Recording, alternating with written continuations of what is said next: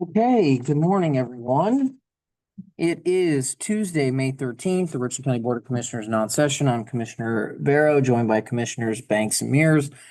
Our senior clerk, Stacy Crawl, please for the minutes, our friends from the Area Agency on Aging, introduce yourselves. Trey Turner, Chief of Community Living. Diane Ramey, Assistant Director. Donna Patton, CEO. And we have Carl Hunnell's partial upgrade and Hayden Gray here. Our county administrator, Andrew Keller, and we have Josh Cross visiting us from Ohio Edison. He's in local engagement there and he's stopping by. I know they had some restructuring and I spoke to Josh probably about a month or so ago and thank you to him for coming out in May, as he said. And now we are here for Diane and Trey to talk about the provisions on Veterans Direct Services. Take it away. All right. Thank you for giving us the opportunity to share with you a unique program that we have started. It's been close to a year since last July, so we thank you for the opportunity. We work with the Cleveland and Columbus Veterans Administration. That's how this program is administered, is directly through those two offices. And it is called Veterans Directed Care Program. And what it involves is that the veteran can hire their own home health aide or service that they need. They can connect with a family member, a neighbor, something along that lines. And so the veterans, we work with that administration. We do the assessments to discern their eligibility. And then we also case manage those individuals. So we help them hire their worker, deal with the fiscal components of that, of course, because they have an employer. They are the employer and have an employee that work for them. And so they then sit down with those individuals, our staff, and help them coordinate what would be a care plan. So how often is this person going to do whatever services and programs that they would need support with, bathing, dressing, and some of the basic activities for day-to-day, housekeeping and those kinds of things. It's a really great program because I'm sure many of you are aware that we have a home health aide shortage. There's not a lot of home health aides that are able to provide the service. So when a veteran can find a family member or a good neighbor that wants to help support them, they can hire them to do this work. And so we work with those administration offices to deploy the program, and then they pay us for the assessments and or the case management component of that work. And we have enrolled, we're at about 20. We hope by the end of the year that we would have at least 56. That's our goal to shoot for by the end of the year, that we would have, again, 56 veterans enrolled, if not more, that we would manage and help them work through this program. So that's really the quick and short of it. I don't know if you have any questions or. It's assume that there's a eligibility with income or with their Yeah, it's usually more of their limitations in what they can and can't do. So it's really more about, can they bathe themselves? Can they transfer from bed to wheelchair, bed to couch to, can they manage themselves? And so it's really more about what we would call a level of care, where we determine how they are managing their independent activities of daily living and their daily living activities to make sure that, they meet that criteria. So it's almost as if they would be eligible to go to a nursing home, but then obviously it's much cheaper to have somebody in the community getting care. On average, it's a third of the cost, if not less, than what a nursing home would cost. So, these folks can remain at home, their loved ones get to have them at home, and often it's a family member that's providing the care and able to then be employed. and this, you have what, 8 counties that you cover? We have 9 counties that we cover, but All 9? yes, so we work out of Cleveland they make referrals to like Wyandotte, Richland, Ashland, and then Columbus does those Marion, Morrow counties, kind of lower areas of the area that we cover. And that's where our referrals come from. They've already designated individuals that they know that would be most likely eligible for the program. I mean, we're also trying to get some stuff on our Facebook page and, social media so that we can help promote it. But the referrals come directly from the Veterans Administration at Cleveland and Columbus. So good questions. Coordinate this with our veteran services. They may have people they could recommend. Absolutely. Yes. With them. Yes, they could make referrals if they want. Again, though, they're going to have to make it to Cleveland or Columbus first, and then we get our referrals directly from Cleveland or Columbus. So the people at Veteran Services know to get all of the people in Cleveland Yes, up there would get back with you. yes. Okay. Yep, that's how it would flow. Delighted anytime to hear that there's more services we can provide for our veterans because that is such a deserving portion of our population. My parents were veterans and I'm just glad to hear Thank you for their service. service like this is now available. Yeah, no, it's a great program. These are folks that, again, would otherwise be in a nursing home, and that's not necessarily where everybody would want to be and choose to age in place. And so to be able to do that at home is a major benefit. So we're definitely excited and I like the age in place comment you have. on yeah, age in place. It is. So we're really excited about it and just wanted to share how that's working out for us and what we're doing. Well, as a veteran, I think it's a great idea and we appreciate you doing this and appreciate the Veterans Administration for working with you to see this happen. Thank you, Being guys. A little modest. I wasn't gonna say anything, but she's being a little modest. The area agency's mission is always to serve and diversify all of our funding and our programs. And Diane has worked on this for a long time. Obviously Trey in the Community Living Division has done a lot with our Older Americans Act and our levy programs. Diane works a lot with our individuals who are nursing home eligible, primarily in the Medicaid space, but recognize that there was an opportunity out there to further partner with the Veterans Administration to serve more veterans and to help, overcome some of the barriers that happen because of the workforce. And she's been very modest. It was a big lift, and she and her team have done an amazing job to make sure that in this region and certainly in this county, we can better serve veterans in meaningful ways. It's not a program we have to operate as an area agency, but the need is out there, and we just want to do the best that we can for the community and certainly for our veterans and their families. Thank you guys so much for this great program. We feel, granted we're biased, that we have the best area agency on aging anywhere in the state. Our district kicks butt. And I say that about our land bank too, but we're biased. And it's kudos to what you guys do. I mean, once Nicole left, you guys really took off. That's really what we found out. You can put that in the paper too. So again, thank you guys so much. Always a pleasure to have you and let us know where we can help. Thank you. I appreciate Thank you. that. And I may just tag on. I'd be remiss if I didn't mention about the healthy aging grants that came in. They were at the end of 2023. Really, a lot of that work happened through 2024.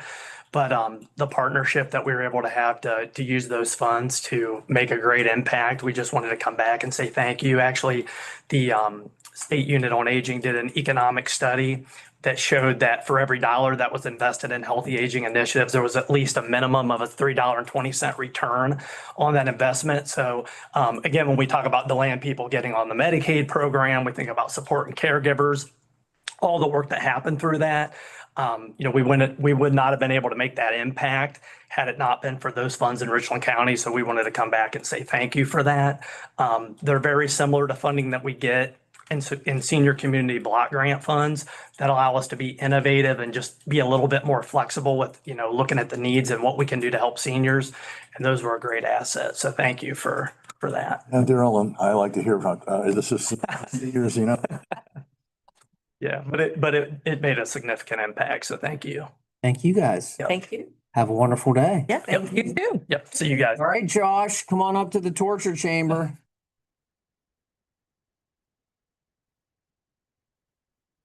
Oh, you're fine.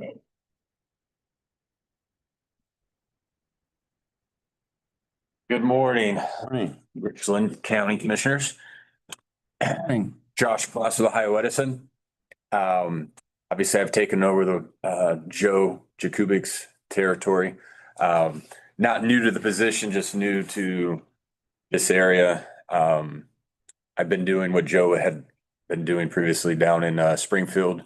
From Springfield all the way pretty much to Delaware County for about 6 years. I've been with the company for October will be 21 years. I'm no stranger to Mansfield. I was actually here in our Mansfield service building back in 2009, 2010. So worked with the J Plastics and Gorman Rupps and AK Steels, and I think even the basement of this building, if I recall, the transformer, I thought was maybe at one time inside the basement of this building. But just wanted to let you guys know that I'm here for you in the same capacity as Joe.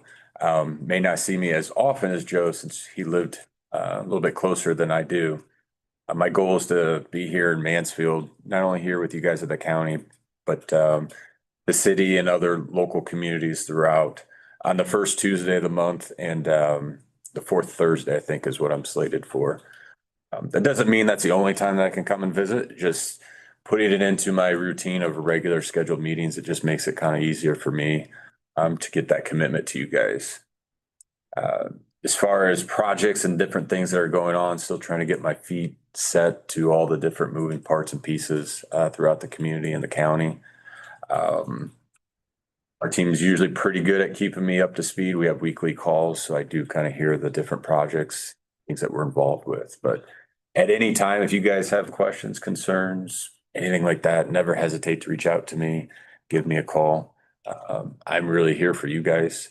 So if there's ever anything I can do, just let me know. So I've got a question. I had a resident in Richland County tell me about an outage they recently had, and they called you and you said, well, call this 800 number first.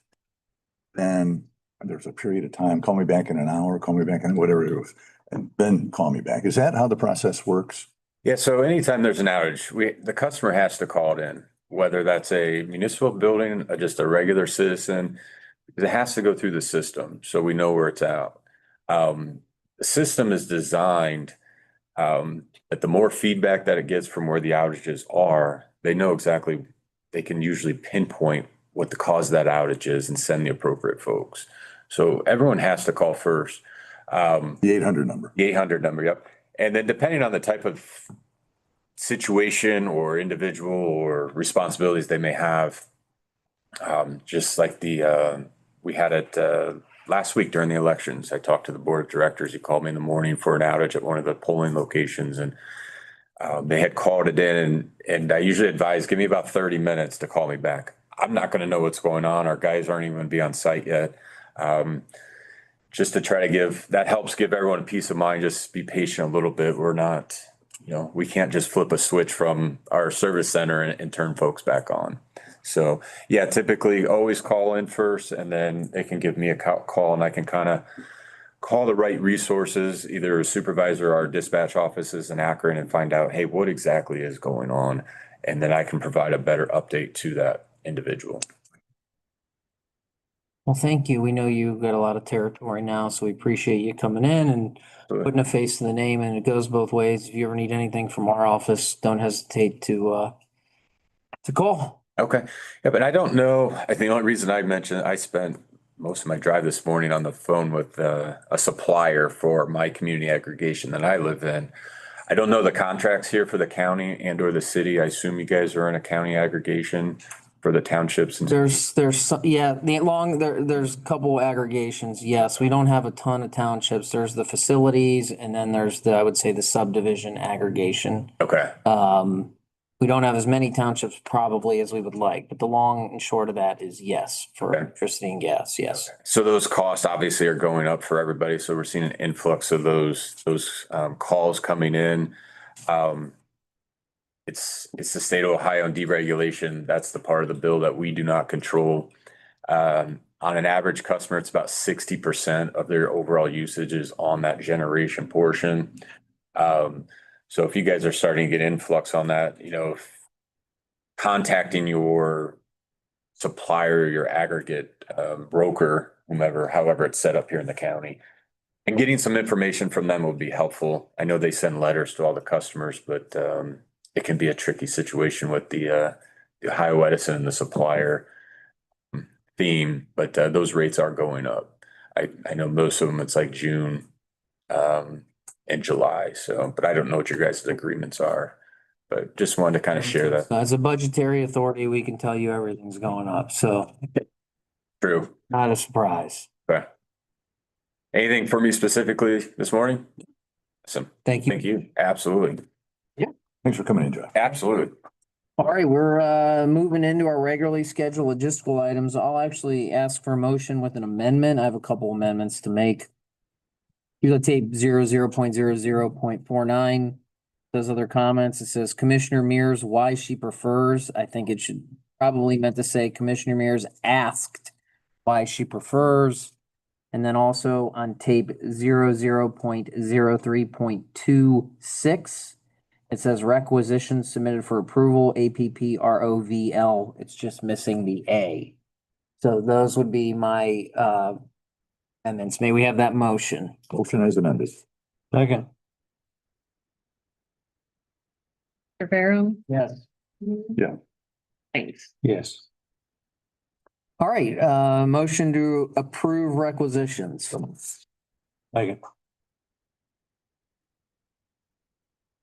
Farrell, Yes. Commissioner Mears, Yes. Commissioner Banks, Yes. Okay, motion that we authorize the sheriff to purchase a transport vehicle for jail. This is 58,065.00. This is from a non-general fund. This is their Evercom fund. And this would be with Statewide Ford out of Van Wert. So move. Second. Commissioner Farrell, Yes. Commissioner Mears, Yes. Commissioner Banks. All right, next up, there's a request also with Statewide Ford. We had previously approved this during budget cycle, the 2025 budget cycle, to approve 6 cruisers out of the reinvestment fund. We are at that time. Spoke with Captain Sweat today to get more of an understanding of our fleet inventory. He's going to send me an updated list. I know that we have 91 vehicles in the fleet right now. I had some questions on that. Captain Sweat informed me that that's actually about 20 vehicles high. They are already in the process of disposing 12 and another 8 will be coming. So the more accurate number is around 71, which still isn't light, but it's a lot better than 91. And he's going to send me an updated inventory list. So a little better about that. If we can have a motion to approve the purchase of those 6 vehicles. So moved. Second it with the comment that better take care of these 6 on my deal. Yeah. Commissioner Farrell, Yes. Commissioner Mears, Yes. Commissioner Banks. Yes.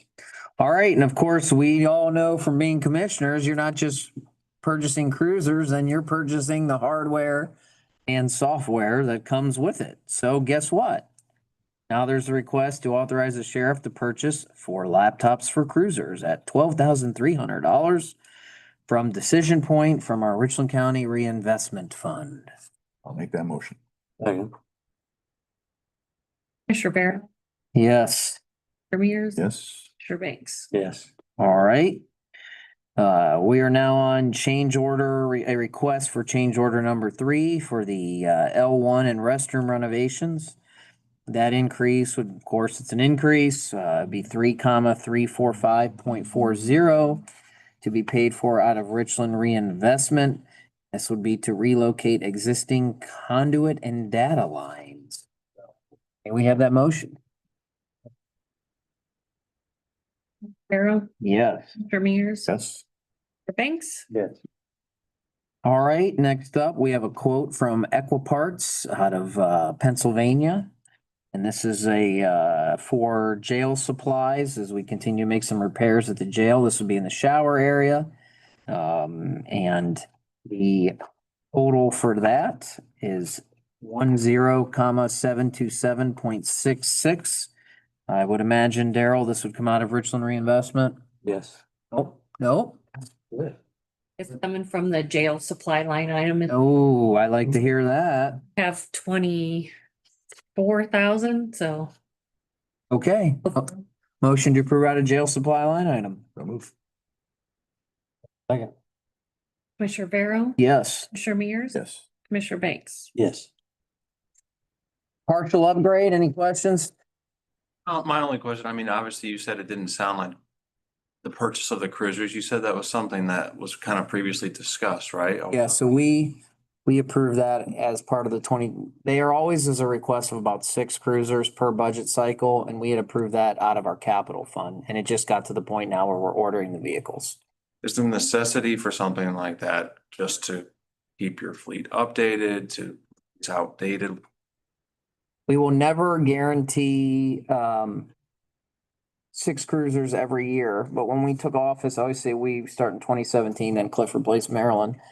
We were very, very far behind. We had old cruisers, outdated cruisers, and I even updated it recently, but we spent $2 million over the first 7 years updating our fleet inventory. And I think Daryl made the comment that we might be at a point now, we've spent so much on cruisers, which is important, but we're also, as you can see, spending a lot of money in the taxpayers, not when I say we, the taxpayers. There may not be a cruiser approval for 2026. I think that's what we're saying. We're looking at everything, May not be any, and there may be less than or it could be less. So it's not a guarantee. We try to keep it moving, but as you can see, it's very costly to the taxpayers. So. Okay. Yes, sir. All right. We will recess and come back into session at 10.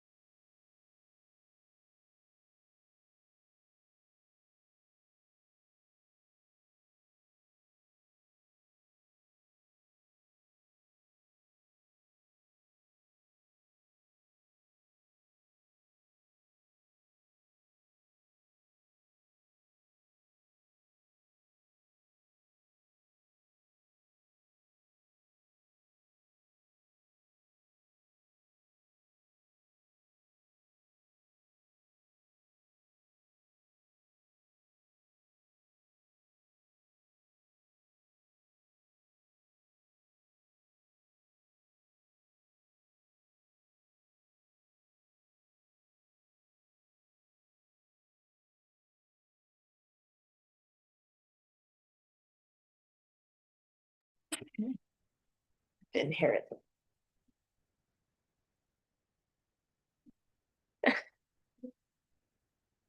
Okay, it is 10 o'clock and we are joined by our friends from the prosecutor's office, Jody Schumacher, Amanda Mittis, Alicia Baisley.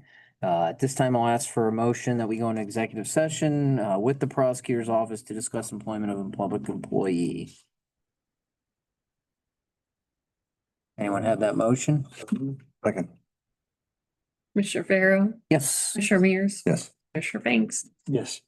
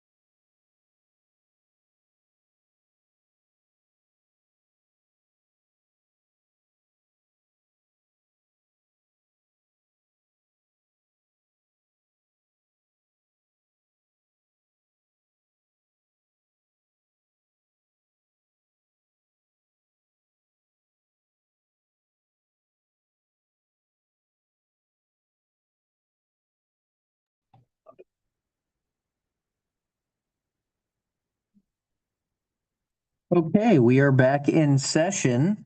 We have nothing further to report at this time, and we'll do so if need be. And we will recess now and come back into session at 10:45.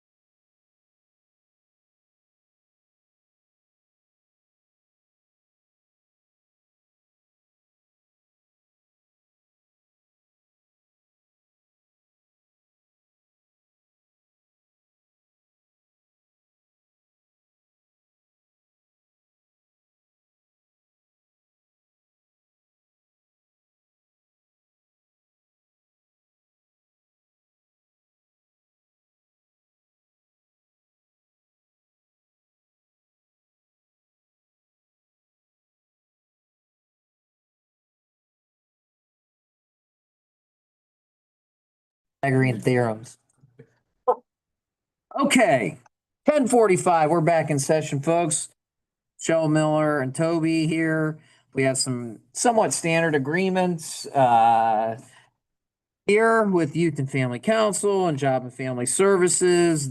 Let's do the two NAMIs together. That would be vendor agreement 56926 and 5626. The one is with Job and Family Services. Actually, they're both with Job and Family Services, excuse me. Take it away, ladies. So we have two contracts for NAMI. One is a perinatal contract that will be focusing on supporting mothers who may be at risk for postpartum depression or mothers who have already been diagnosed with postpartum depression. And the other contract is for parent advocates, which we have done before with NAMI. We've provided a parent advocate in the past for Youth and Family Council, but they lost their state funding, so that's why they're coming back and asking for funding from us. The perinatal contract is in the amount of 21,100, and then the parent advocate support services contract is for 11,000. Okay, the 56926, the agreement period is July 1, 2025 through June 30, 2026.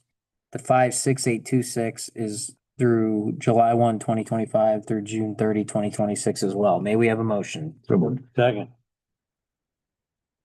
Mr. Barrow, Yes. Mr. Mears. Yes. All right, next up, let's talk about a vendor agreement with Catalyst Life Services. This is with Youth and Family Council. The effective dates would be April 1 of 2025 through September 30, 2025.